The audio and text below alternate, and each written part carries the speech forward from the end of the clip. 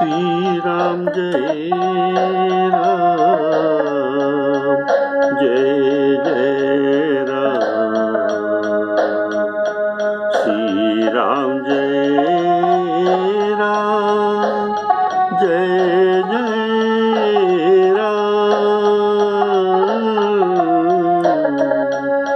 श्री राम जय राम जय जय राम श्री राम जय राम जय जय राम।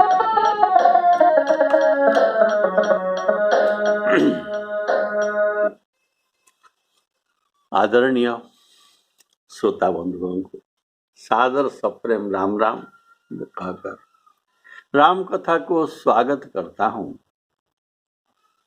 प्रेम से बोलिए सियावर रामचंद्र की जय।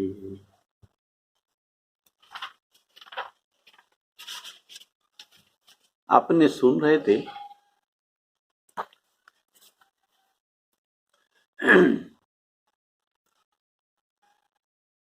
लक्ष्मण और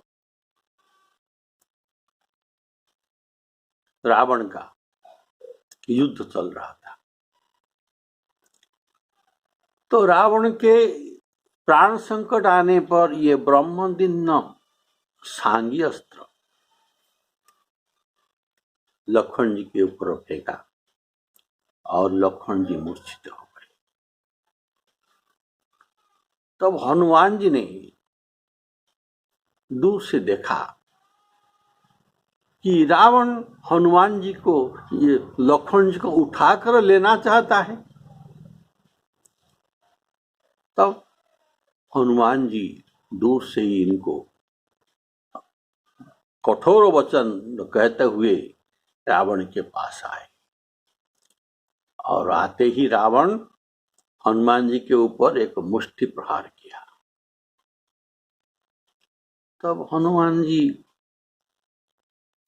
जानू टेक कर इसको सह गए और पृथ्वी पर न गिरे।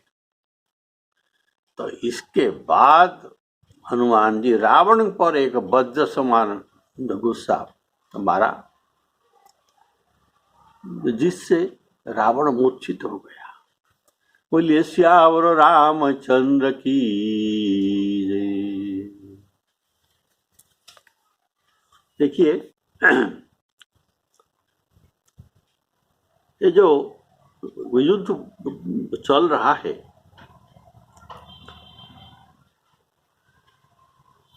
पहले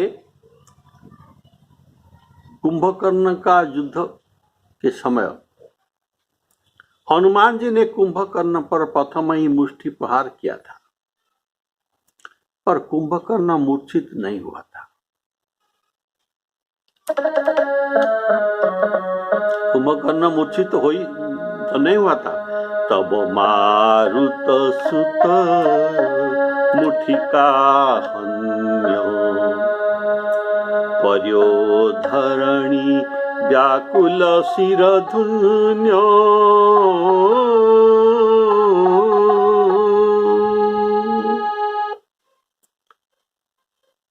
और कुंभकर्ण के गुस्से से हनुमान जी मूर्छित हो गए। जो लिखा गया है मूर्छा गए मारुत सुत जागा। मूर्छा जाने पर हनुमान जी को जो चेतन आया। यहाँ रावण के गुस्से से हनुमान जी मूर्छित न हुई, पर हनुमान के गुस्से से रावण मूर्छित हो गया। तो इससे क्या प्रमाणित होता है? इससे यह प्रमाणित होता है कि रावण से कुंभकर्ण का बल अधिक था। तो लक्ष्मण जी को उठाते देखकर हनुमान जी रावण से कठोर वचन कहा। इस पर रावण गुस्सा मारा, पर हनुमान जी न गिरे। हनुमान जी लंकिन को गुस्सा मारे थे, तो वह रुधिर उगलते हुए पृथ्वी पर गिर पड़ा था। मुठी का एक महाकपिहन्य, सुंदरकांड के प्रसंग। मुठी का एक महाकपिहन्य, रुधिर बमत धरणी डनमन्य, पुनि संभारी उठी सोलंका, जोरी पानी कर विनय सशंका। तो हनुमान जी के गुस्से से, मुठी का मार से लंकिनी को रुधिर बमन हो गया था। अब रावण को हनुमान जी गुस्सा मारने से, जो बात वाल्मीकि रामायण में लिखा गया है, रावण के कान, मुख, उनके मुख, कान और नेत्रों से रक्त गिरकर वह मूर्छित हो गए। वह चक्कर खाकर रथ के समीप आ गिरा। मूर्छित हो जाने से रथ में अपने स्थान में यह नहीं जाकर न जा सका। हनुमान जी का मुष्टि प्रहार उनको वज्र समान लगा था। वाल्मीकि रामायण का श्लोक सुनिए। आजो घानो रसी क्रुद्धो, हनुमान जी ने क्रुद्ध होकर आज घानो मुट्ठी का मारा। वज्र कल्पे न मुष्टिना, वज्र कल्पे न मुष्टिना, मुट्ठी का एक ताही कपि मारा, परे शैल जनु वज्र प्रहारा। तो मूर्छा से जागने पर, अर्थात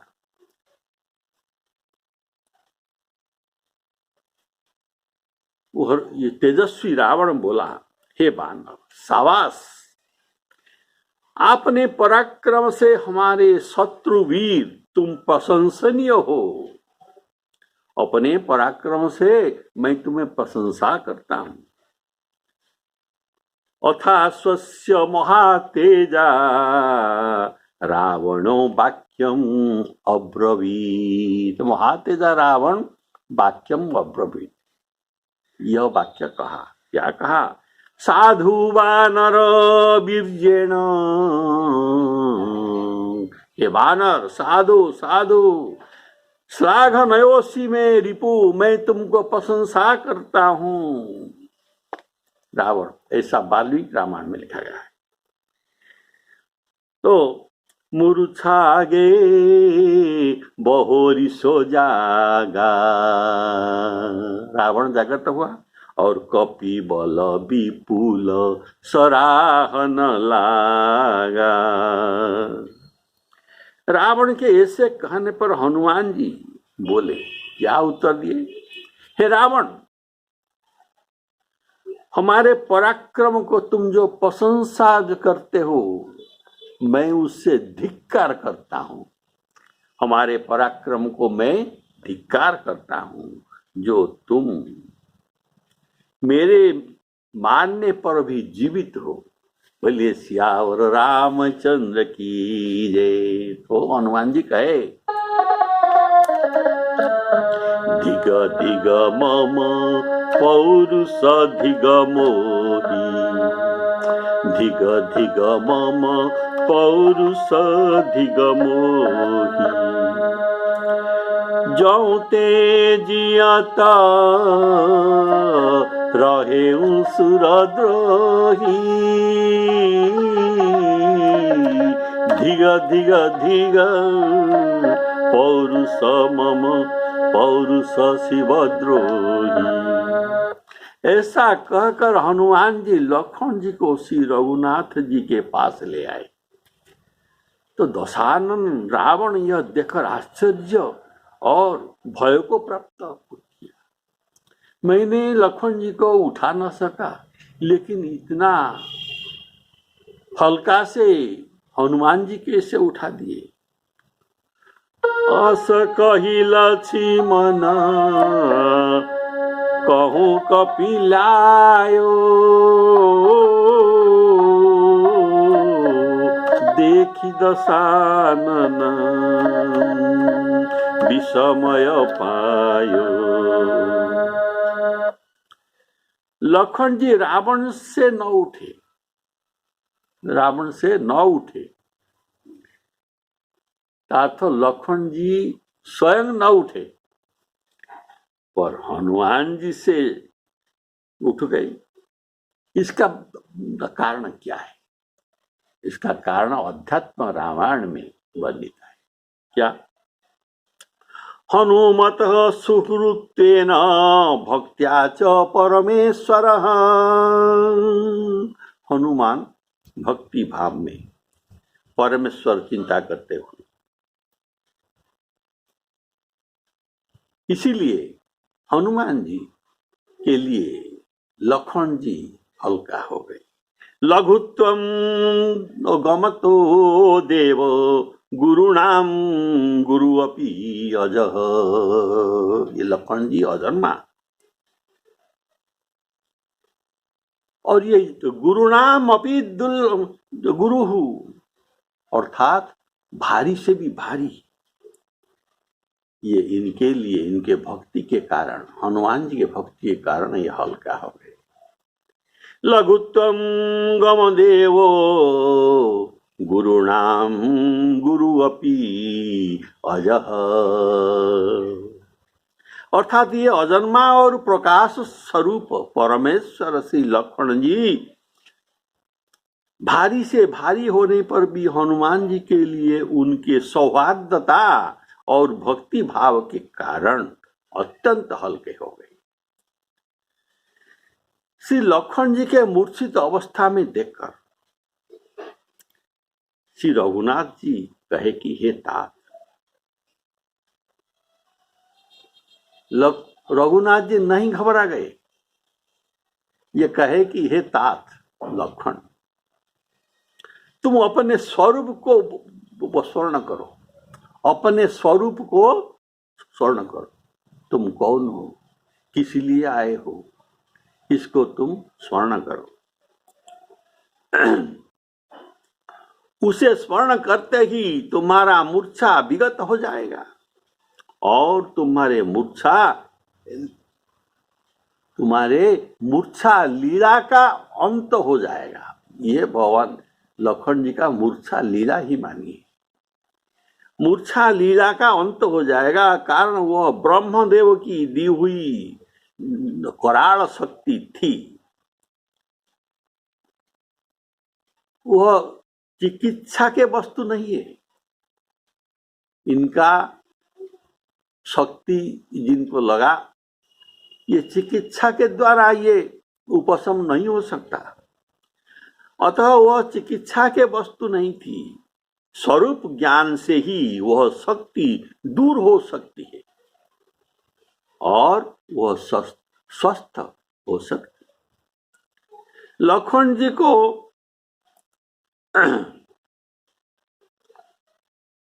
कौन सा स्वरूप शरण करने को भगवान कहती है, तो इनका स्वरूप क्या है,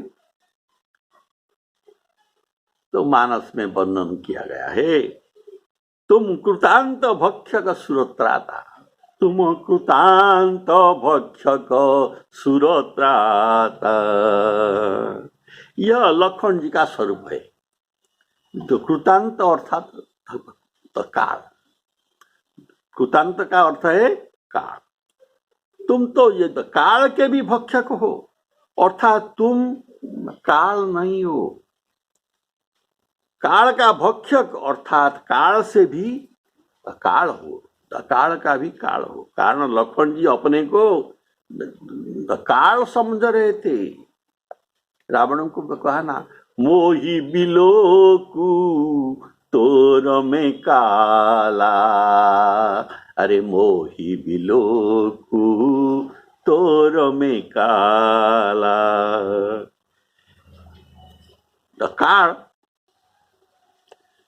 काल तक ब्रह्मादेव की शक्ति पहुंच सकती है, इससे ऊपर ये नहीं पहुंच सकता ब्रह्मा जी की शक्ति। जब लक्ष्मण जी को स्वरूप आया कि वे तो काल के भी काल है, तो ब्रह्मदेव की शक्ति का अधिकार से बाहर हो गई, और जब वह शक्ति उनके शरीर से तब निकल कर स्वयं आकाश को ही चला गया।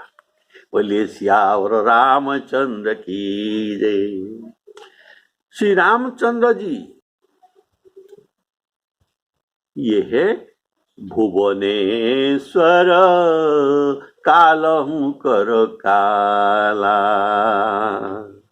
और श्री लक्ष्मण जी श्री राम जी के अंश है, जैसा कहा गया है अंशन सहित मनुज अवतारा, ले हूँ दीन कर वंश उदारा।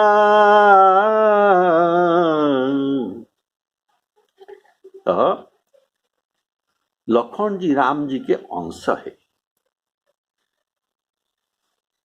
तो अतः लक्ष्मण जी भी कृतांत भक्षक है, राम जी जैसे कृतांत भक्षक कहे भुवनेश्वर काल होकर काला, वैसे लक्ष्मण जी भी जो कृतांत भक्षक हुए। कह रघुवीर समुझु जिया भ्राता,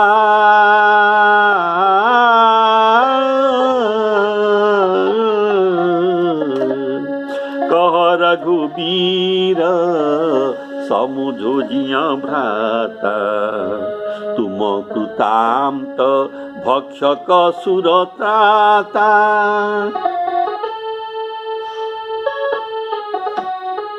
सुरत्राता, सुरत्राता का भाव है तुम्हारा अवतार देवताओं के रक्षा के लिए हुआ है, देवताओं को त्राण करने के लिए, इसीलिए तुम सुरत्राता हो। लक्ष्मण जी कौन है जो अवतार लिए है? ये है सहस्र फणाधारी, सहस्र मुख वाले, मस्तक वाले अनंत शेषदेव है। लक्ष्मण जी सहस्र फणा वाले शेषदेव है, जो कहा गया है शेष सहस्र शीश जग कारण। सहस्र शीश वाला जगत के कारण शेषदेव है। शेष सहस्र शीश जग कारण, जो अवतरे भूमि भय तारण। पृथ्वी का भय को टालने के लिए इनका अवतार हुआ है। जो सहस्र शिशु अहिस, अहिस अर्थात सर्पों के राजा, सहस्र शीश वाले तो महीधर जो पृथ्वी को धारण करते हैं। जो सहस्र शिशु अहिषु महीधर, लखन सचराचर धनी। सुर काज धरि नर राज तनु चले, दलन खल निशिचर अनि। दलन खल निशिचर अनि। इसीलिए यह लक्ष्मण जी के मूर्छा लीला था। ये मूर्छा का अभिनय था, नहीं तो तुम तो जन्म मरणादि विकारों से रहित ही लक्षण। मूर्छित पड़ रहने से देवताओं की रक्षा कैसे होगा? तुम तो सुरत्राता हो।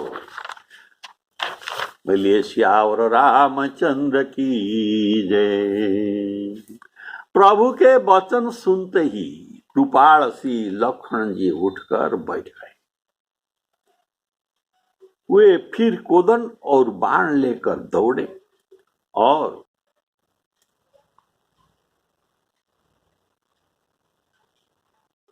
अतिशीघ्र शत्रु के सामने आकर पहुंच गए। सुनत बचन उठी बैठे कृपाला, सुनत बचन उठी बैठे कृपाला। गई गगन सो सकती कराला, पुनि को दंड बानद गही धाई। रिपु सन्मुखती आतुर आई। इस शक्ति के प्रहार एक बार के लिए ब्रह्मा जी ने वर दिया था, इसको एक बार ही प्रयोग किया जा सकता है। अतः प्रहार करके अब शक्ति चली गई। पहली बार जब लक्ष्मण जी को शक्ति लगा था, जब मेघनाद ने उनके ऊपर शक्ति प्रहार किया था, तो प्रभु का ये नरनाट्य था। अतः ये नाटक में हनुमान जी के द्वारा औषधि पर्वत लाया गया और यह पर्वत को लाया गया तो लिखा है, लेकिन लौटाया गया लिखा नहीं है। वही पर्वत वहीं पर विद्यमान ही था। पर अब लक्ष्मण जी ऐश्वर्य लीला प्रदर्शन कर रहा है, तब मेघनाद के शक्ति प्रहार के समय ये माधुर्य लीला प्रदर्शन कर रहे थे और अभी ऐश्वर्य लीला प्रदर्शन कर रहे हैं लक्ष्मण जी। इसीलिए औषधि का जरूरत नहीं पड़ा। अगर औषधि का जरूरत पड़े तो ये औषधि का प्रभाव होता, ऐश्वर्य लीला का प्रभाव नहीं। तो यह ऐश्वर्य लीला कैसे हो सकता है? इसी से अब नरनाट्य की आवश्यकता न थी। प्रथम बार शक्ति लगने पर शंकर जी उमान जी को समझाते थे, यह रघुनाथ जी के नरलीला है।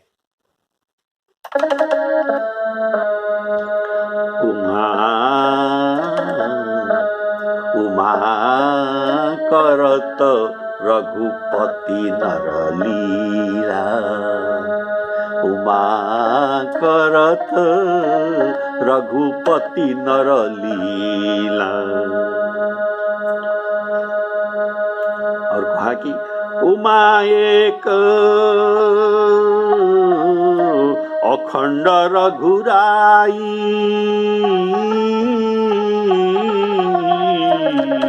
नरगति भगत कृपाल दिखाई। अभी दिन का अंत नहीं हुआ था, अतः रावण रणभूमि में मौजूद था। मूर्छा जाने पर अगर लक्ष्मण जी रणभूमि में पहुंच न सके तो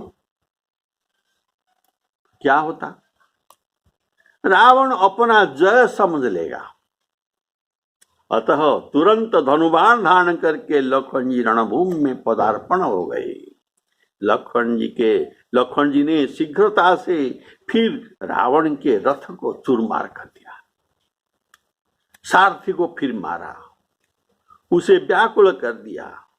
100 बाण से 10 कन्नर रावण के हृदय को बेध दिया, जिससे वो अतिशय व्याकुल होकर रावण पृथ्वी पर गिर पड़ा।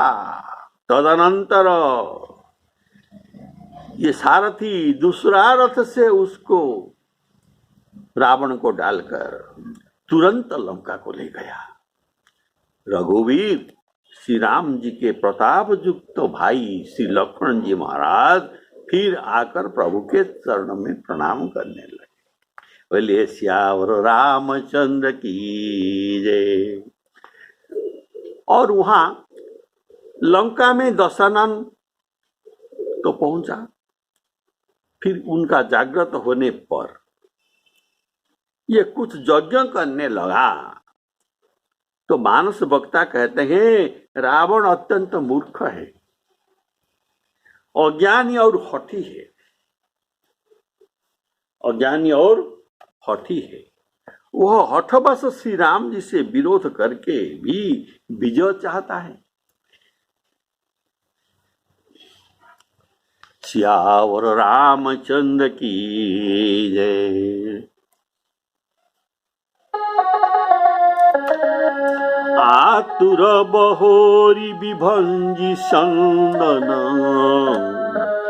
आतुर बहोरी विभंजी संदन। संदन अर्थात रथ, विभंजी विशेष भाव में बंधन कर दिए। आतुर बहोरी विभंजी संदन, सूत हति व्याकुल कियो। गिरोधरनि दश कंधर विकलतर, बाण शत वेद्यो हियो। सारथी दूसर घाली रथ तेई, तुरंत लंका ले गयो।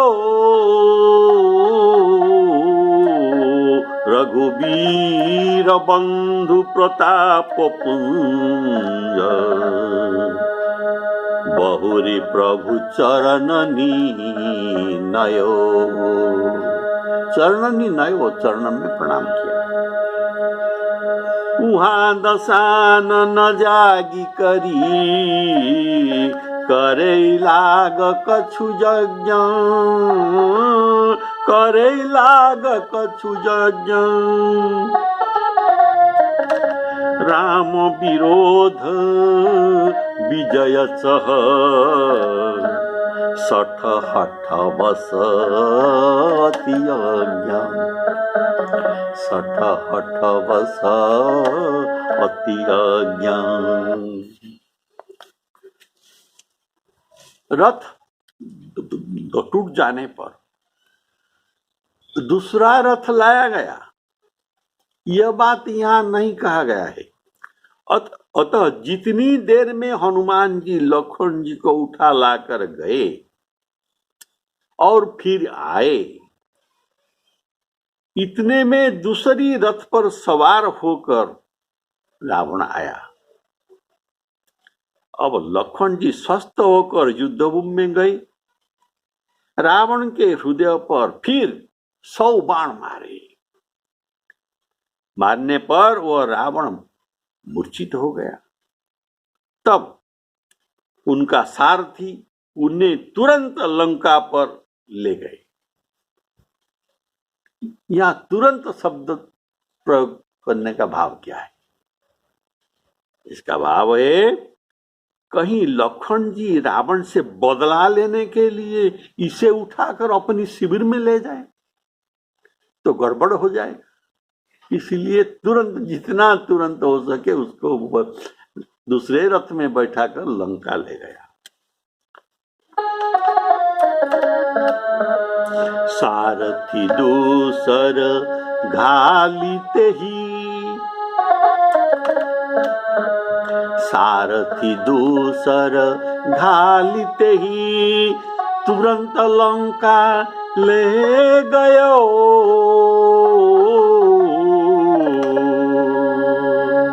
तुरंत लंका ले गयो।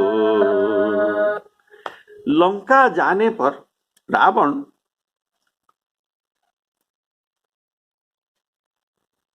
बिना किसी उपचार से चैतन्यता लाभ किया। चैतन्य आने पर कछु यज्ञ करने लगा। लाग करे कछु यज्ञ। तो अध्यात्म रामायण में जो भाव लिखा गया है सुने। रावण शुक्राचार्य जी के पास जाकर प्रणाम करके हाथ जोड़कर बोले, हे भवन, रावण ने लंका को राक्षस युद्धों के सहित नष्ट। राघव अर्थात श्री रामचंद्र जी, राघव ने लंका को राक्षस युद्धों के सहित नष्ट कर दिया। पुत्र बांधव सहित बड़े बड़े दैत्यों को मार डाला। आप ऐसे सदगुरु के रहते हुए हमें ऐसा दुख कैसे प्राप्त हो सकता है? तब दैत्य गुरु शुक्राचार्य बोले, हे दशानन सुनो, एकांत में तुम यत्न पूर्वक यज्ञ करो। यदि वह यज्ञ विघ्न रहित होकर सफल हो गया तो होम के अग्नि से बड़ा भारी रथ निकलेगा, घोड़े, धनुष, तुणीर और बाण निकलेगा। उस सबको प्राप्त करके तुम अजय हो जाओगे। इसीलिए हम तुम्हें जो मंत्र अभी देते हैं उसे ग्रहण करो। इस मंत्र से आहुति दो और इसे ग्रहण करो और शीघ्र जाकर यज्ञ करो। तब रावण अपने भवन को चला और अपने महल में ही एक पाताल के सदृश एक गुहा को शीघ्र ही बनवाया और लंका में जाकर लंका को जत्नपूर्वक बंद करके उसमें मौन होकर यज्ञ करने लगा। यह यज्ञ ज्यादा देर के लिए नहीं, थोड़े काल के लिए करने से सिद्ध हो सकता है। तो इस यज्ञ को शुरू कर दिया। कारण रावण ने विचारा कि अब मैं शत्रु से बल द्वारा पार न पा सकूंगा, बल के द्वारा उनको मैं नहीं जीत सकूंगा। अतः बिना दैवी शक्ति के सहारे उनको जीतना असंभव बात है। अतः दैवी शक्ति प्राप्त करने के लिए रावण यज्ञ करने लगा। वहां दशानन जागी करी करे लाग कछु यज्ञ।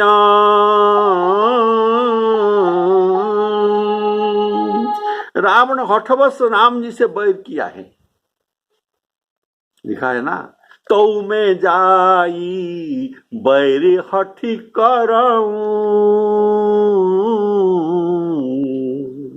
तो ये हट करके वैर किया और इसका हठ छोड़ने के लिए, वैर भाव त्याग करने के लिए विभीषण, मंदोदरी, माल्यवान आदि इनको अनेक कुछ समझाए।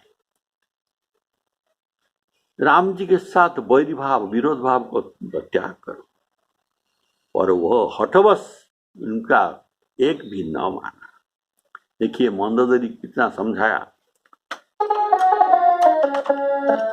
कंत राम विरोध परिहरहु, कंत राम विरोध परिहरहु, जानी मनुज जनी हठ मन धरहु।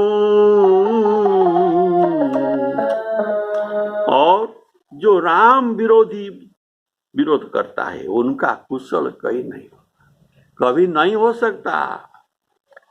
राम विरोध कुशल चह, सठ हठ बस अति अज्ञा। इसीलिए यहाँ रावण को सठ, हठवश और अति अज्ञ तो कहा गया।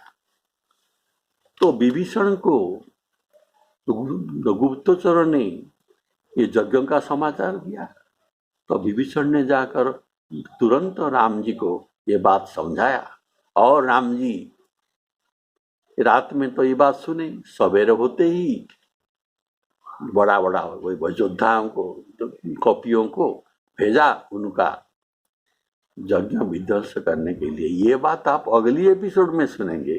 श्री सीताराम अर्पणामस्तु।